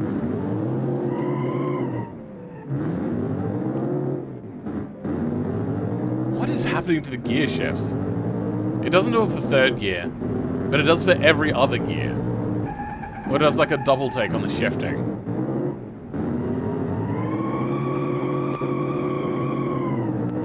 I feel this car has too much grip. So this vehicle doesn't feel realistic. It feels kind of weird, as if you'd done something strange to it. The look of it is nice. The handling is mostly good. It handles, you know what? Like a very well-tuned mid-engine car, and I'm trying to drive it like a front-engine car. It's very strange. Looks like a Moonhawk? I almost would have said that it looks a little bit like a GTA car. Hey everyone, how the Edge GT56... What? Eche? When did I hit 4K? I hit that last night. Oh, wait, no. Wait, was it this morning? Actually, it might have been this morning, but I think it happened yesterday. I'm not sure. Sometime recently. Oh, dearie. There we go. See, that's what it makes me think. Because it just doesn't... It feels very strange. I don't know how to describe this. It also doesn't want to get tail happy, like a muscle car. Also, independent rear suspension. So, this is also the one with the very strange engine, if you've all forgotten that. Let's have a quick revision of said engine. Quickly. Very slow camera, alright, cool. Writing is done wrong, but okay. Yeah, that's right. Single overhead cam, 60-degree, V8 with a performance manifold. And is that 4-barrel or 2-barrel? Yeah, that's 4-barrel. That's fine. And then like just weird choices like 6-piston brakes. Hits 6B subfill. I don't know what 6B is. Congrats on the 4K. Thank you very much, guys. Now we need is 6K likes on a video one day. Oh, sorry, 4K likes on a video. Sorry, I got confused with the... I'm pretty sure what you were trying to say there was 6K and not 6B. Or do you mean 6 billion? I mean, that is my next goal, sure. Have... I think 300 million is the record right now for the highest channel. Not YouTuber, but channel. So that would be... 20 times the amount of the highest YouTuber? Yeah, I doubt that's happening anytime soon, especially when I'm niche like this. It's like a speed core car? I don't know what speed core is. I can't tell whether this car is fast or not, because it doesn't feel fast. It feels planted. I feel there is maybe a little too much front bias as well. I don't know. Something about it just feels really unsatisfying. And I think part of that is like this weird gear shifting thing that we have. I do not know what that is. Let's go check out the Reddit to see what it is that they've... Oh, wait, no. There's no information here. So I can't really give it a fill score anyway because of a lot of the other things. So a simplified fill score. 6 out of 10? Looks close, not really there. Like, the lines over the hood are a little bit weird. They could have easily cleaned this up. The front design looks mostly there, but there's no front bumper like there would be. The rear bumper looks strange and lacking detail. The exhaust has no cutout as well. Wrong suspension, wrong brakes, wrong engine, no interior, wrong mirrors? Yeah, wrong mirrors. Those are a lot more modern mirrors. No windshield wipers, no windshield squirters. I kind of can forgive that though, but that's kind of just adding to it. I think it's really good for the 5 meter rule, which is like, what's 5 meters? Like, you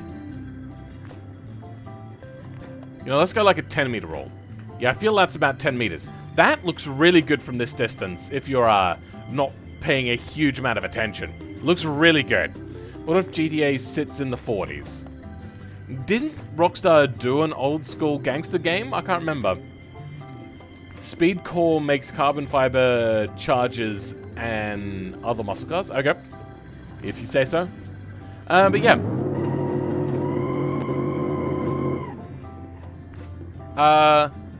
There's more to be improved, and I still don't understand what's happening with the tires. I feel as if they've modified the tires. Eleanor was Rockstar's 40 game? Oh, was that a Rockstar game? I didn't know that. Anyway, moving along, we now have Vermuti Villoloso VMR Elemento. Methinks this might be a little bit Italiano. Where is it? Here we go.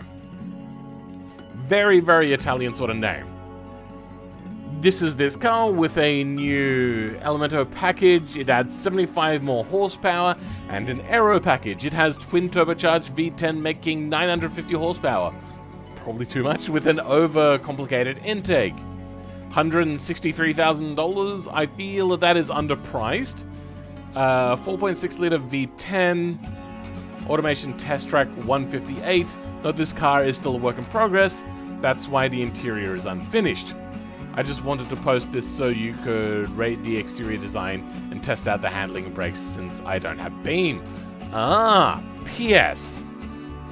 The photos don't have interior because it's just the last minute and too tired to retake the photos. Fair enough. Alright, let's try down the automation test track since this is a car that's meant to be tested. We talked about the design and interior. The front looks fairly decent. I feel as if there could be a little bit more detail on the front though. Rear? I feel as if this doesn't really match the lines perfectly, but it still looks pretty decent. I feel as if the rear diffuser is also a little bit small.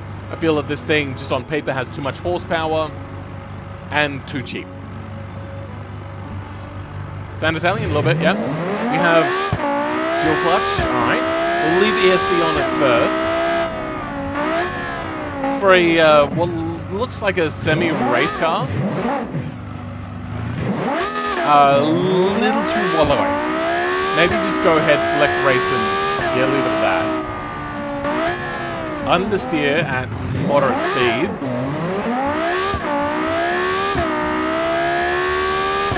So this shouldn't be understeering so much here. Let's try low speed corner. The low speed handling is nice. Suspension is way too soft. And then your brakes feel really unbalanced. Let's brake and turn. Yeah, no. Let's try doing that without braking.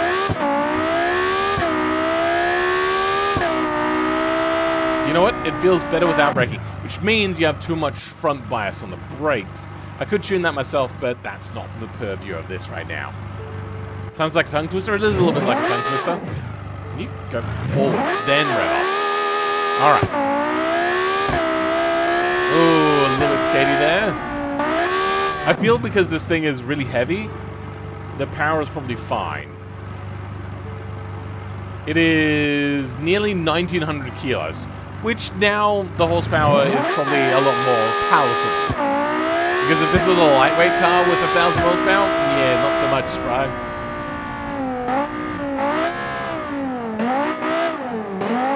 You know what? I think it was the ESC that was making it understeer. It's fair enough, that's to be expected. Yeah, you know what? It's handling like a comfort car with the brakes when it's not under ESC. When it has ESC on, it feels like a car that's meant to be molly coddling the driver. Okay, you have too much rear with bias on aero. Do you have any front aero? I don't know. Let's see how it does it. The very then it just off camera corner. Oh goodness, yawns coming in. Oh, my sleeping pattern has been terrible. Yeah, it feels a lot better without ESC, to be honest. little bit oversteery there, but I am able to control it at about 125. Ooh, your brakes. There's something wrong. Maybe this thing doesn't have much aero at all. Oh, god damn it. Alright, let's try that again. You know, that's too far. I want to see how it goes around Adam's apex, because Adam's apex will make any car that is not perfect show its true color. Your true color, that's why I love you. God damn it.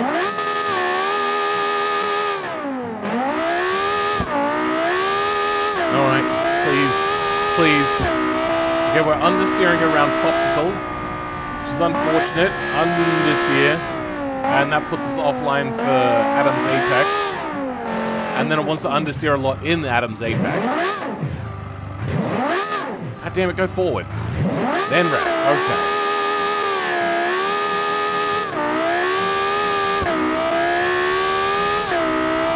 Nope, nope, nope, nope, nope, nope, nope. There we go. Go for a later apex. Braking is atrocious. Turn in is not great on the brakes. Okay, so, much different suspension. If you can work with something that does have beamng to figure out why your brakes are so bad. You know what? Let's bring it around to the front straight. And let's see what's happening to the brakes.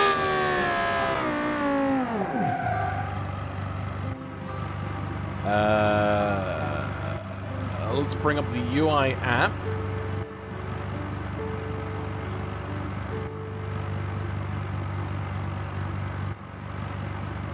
Go. And then vehicle config, electronic assists off. Good.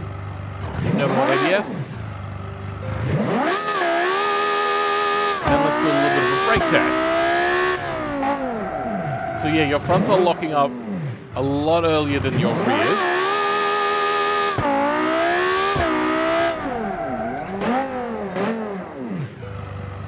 Your brakes are fairly decent. I don't know why ABS is causing such an issue.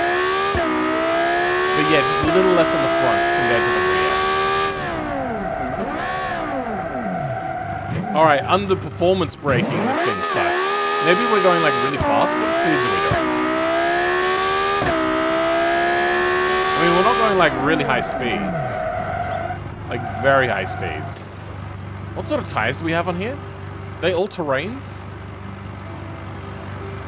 We have, that I think might be a sports compound. Being such a high-performance car, you might get away with semi-slicks.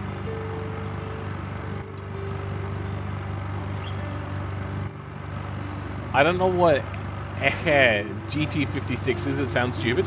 This car is deafening. Is it for you guys? Oh, sorry.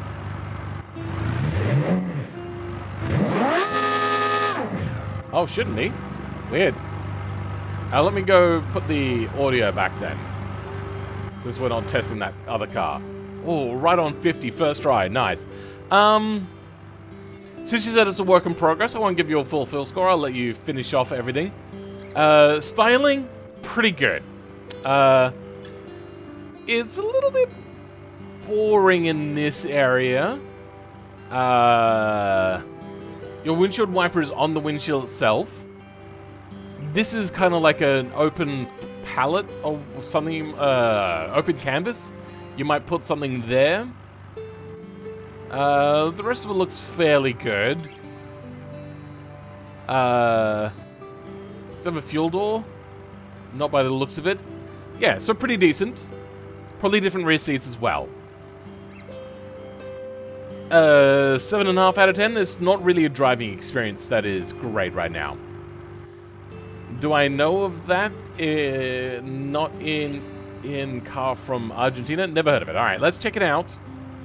Hopefully it's related. I don't know why you'd be talking about it if it's not related to the stream, but I'm giving you the benefit of the doubt. Nothing is coming up. Great. There's a picture of a Ferrari from a game. Oh, that was the wrong button. Let's try out the next car. The Wildcat Can-Am Resto mod. That one, I believe, is the top car. Or Cat-Am, sorry, as opposed to Can-Am. Drive link gets 5... Okay, good. I would like to extend a great thank you to Ryu? Okay. Without you, neither of this blah blah blah happens. Imports achieve value. A lot of... Also, my buddy Ekai also tests my cars. Great. Thank you, Doc, for being full praise. Chromatic testing catalog. Okay, good. Okay. The star from 1969 blockbuster Misty and the Outlaw. I'm guessing that's meant to be something in the Bandit? Smokey and the Bandit. Yeah, I believe that's meant to be a rip on that. Nice.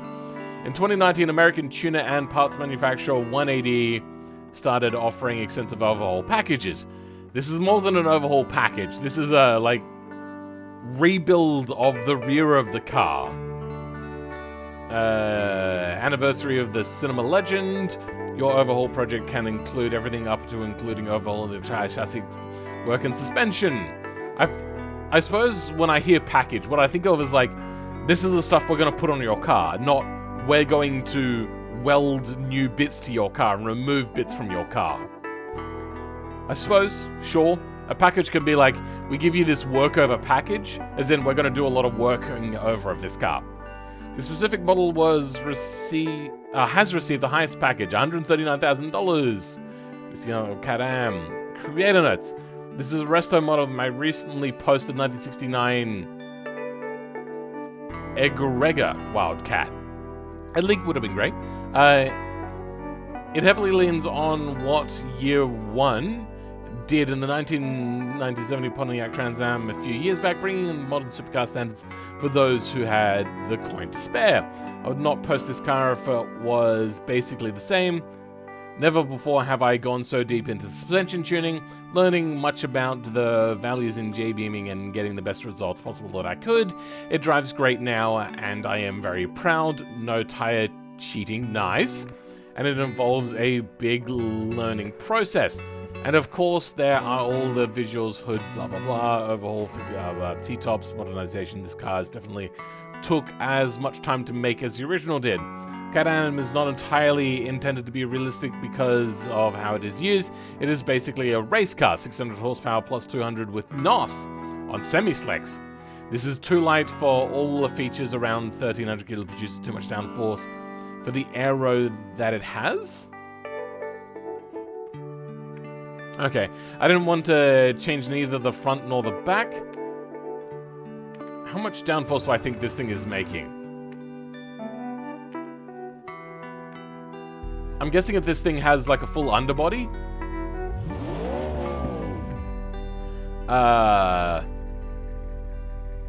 Maybe a few hundred kilos? Oh, you know what? No. There's way too much lift there to really get much of a ground effect there. Like, you'd still get a bit of a ground effect, but not really much at all. So maybe it might even have just zero lift at all with the look we got here. That rear wing in the front. So they said it's not very realistic. It is basically a race car. It is too light for all its features. I don't know what that means. Around 1,300 kilos produces. Oh, okay. I get now. So they're saying that it's lighter than what it should be. Which is too much downforce. The front aero that it has, it didn't want to change either the front or back. I just love it. It has a squishier suspension, so you can drive mod maps like American Road, where the going can get hard and still got downforce is not excessive, so that there is no scraping. J-beam editing. Okay. Steering gauges, pedals, shifter, interior, stalk, mirrors, and sound. Nice. Excessive suspension and drivetrain tuning beyond the more simple values. Also adjusted the LSD. Added NOS and adjusted to my needs. It is standard in the car now. Added the beamng navigator, first time. Nice. I will further work on this car through the week and add the Google Drive link on Saturday. Hopefully you have done that.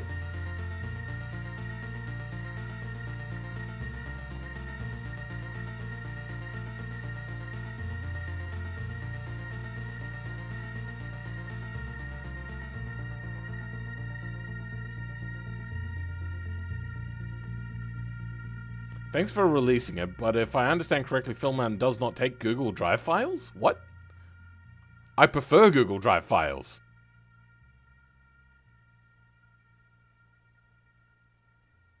I don't...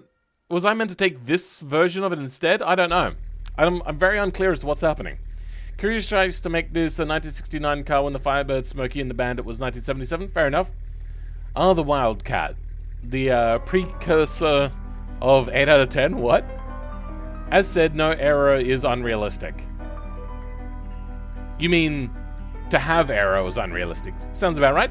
The shaker is also moving. Oh. Oh, it is shaking ever so slightly. You can also loosen up the beams to the engine, which will allow this to shake a little bit more, which is what I did for my F1 car that one time. That's cool, I like that. Yes, Philman, apparently you do not accept Google Drive files. The links are the same? Good, okay. Let's turn that ESC off. That doesn't feel great. And you know what, we'll turn the NOS on. When does it activate? Not in first gear. That first gear is also really incredibly long. It feels like a GT3 gearbox. It understeers under power on, but I'm assuming you meant to use power oversteer to get out of the corner, which is not really how you want to be driving a race car. This thing has way lots of downforce. Oops, wasn't paying attention. No please, no NOS when you're not on straights or wide corners. Okay. I think the way that NOS works, though, is, if you're not 100% throttle or very close to or something like that, it won't activate anyway. Yeah, this thing has a lot of downforce. And it's a little wayward sometimes in corners. Drink Nosville? Oh god, I wasn't paying attention again. This thing really gets away from you. You know what? Let's just drive... No. There we go. A lot more controllable that way. The handling is really set up for 600 horsepower. Fair enough. I feel the vehicle might be a little bit tall for that.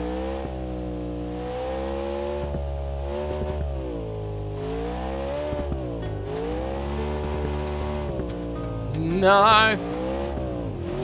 Damn it. You're just having a lead foot fill? Yeah, a little bit.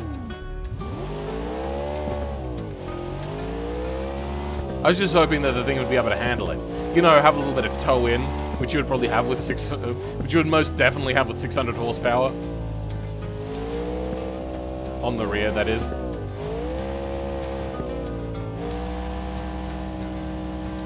This thing has a lot of downforce. It should not be taking the last corner of the Evanston S's that fast. Little bit understeer at higher speeds, but nothing that you can't control.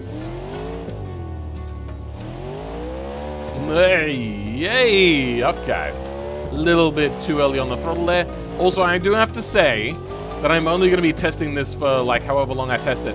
I know you were driving it for a lot longer and doing testing and back and forth and all that sort of stuff, which means you have a lot more practice with the car. I will not. 0 to 160 in first gear, that is very long. There are a few cars in race series that have gearboxes that long. It is very uncommon, though. I think NOS is best used on the prep drag strip. Sure. This is actually a lot of suspension work making a difference. Yeah, there is actually a lot of controllability here. How much horsepower? 600, yeah. But it seems that NOS is activated, and that adds another 200 horsepower. We would have taken that one on full throttle if I didn't accidentally double guess myself there on the entry.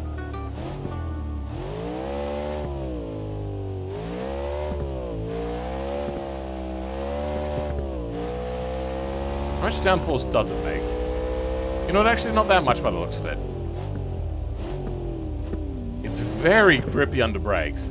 Like, incredibly grippy under brakes. I'd like to know what their best time around the automation test track is. It might have NOS on, which would put it up to 800. I think... Oh, Adam's Apex, calling me out on my bad driving there.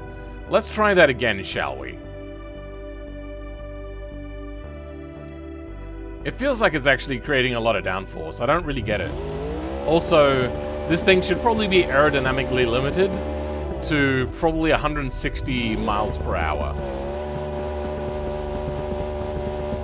Damn it.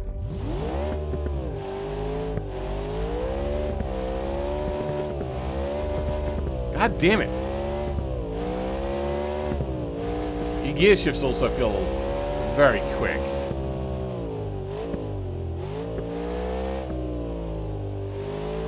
Okay, once again, got it wrong. Let's take this a little bit easier. This thing is hard to get off the line in first gear. It gets really tank slappery if you do get it wrong. I've also just caught a glimpse, because I wasn't paying attention before, that the navigator is actually working in there and I can see it nicely and the gear shifter is moving and everything. Nicely done.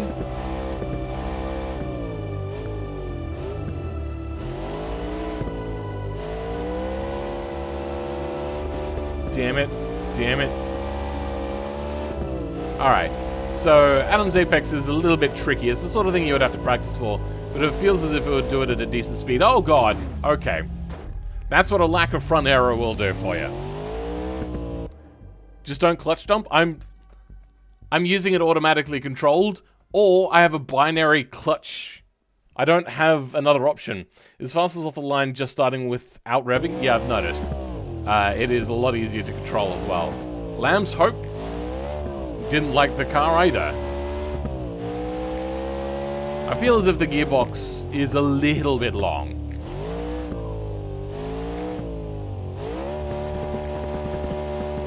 I probably would have actually much liked this if they had have used like a big like 7-liter push rod V8 as opposed to this engine, which would like rev out to like 5,000 to 6,000 RPM. Just something that's like a lot more torque monstery. I know that would have made it even worse at handling, but I just feel that that's a lot more like what people would want out of a car like this. Nah. When it gets unsettled, it gets, damn it, way too tank slappery.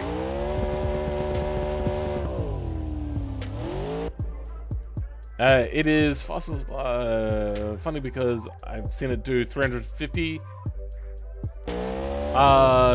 kilometers an hour. What's that in miles per hour? I was saying about 170 miles per hour. That's what I meant to say, at least. Because, unless you're, like, going for a land speed record sort of thing, these vehicles are not very aerodynamic, actually. It was that era where they thought that they understood aerodynamics, but really actually were way off the mark. Damn it! You also have NOS on currently? I mean, I don't think that was actually what was the issue, considering it seems to be in a lot of different circumstances. God damn it.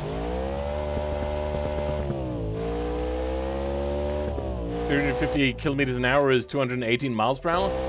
Yeah, no. Not this sort of car. So, what automation I think gets wrong is they don't calculate drag properly. Drag is kind of to do with a little bit of cross-section and sleekness of like the angle of the body, but it's a lot to do with geometry and the sharpness of angles. Did I over-throttle that just then? I didn't think I did.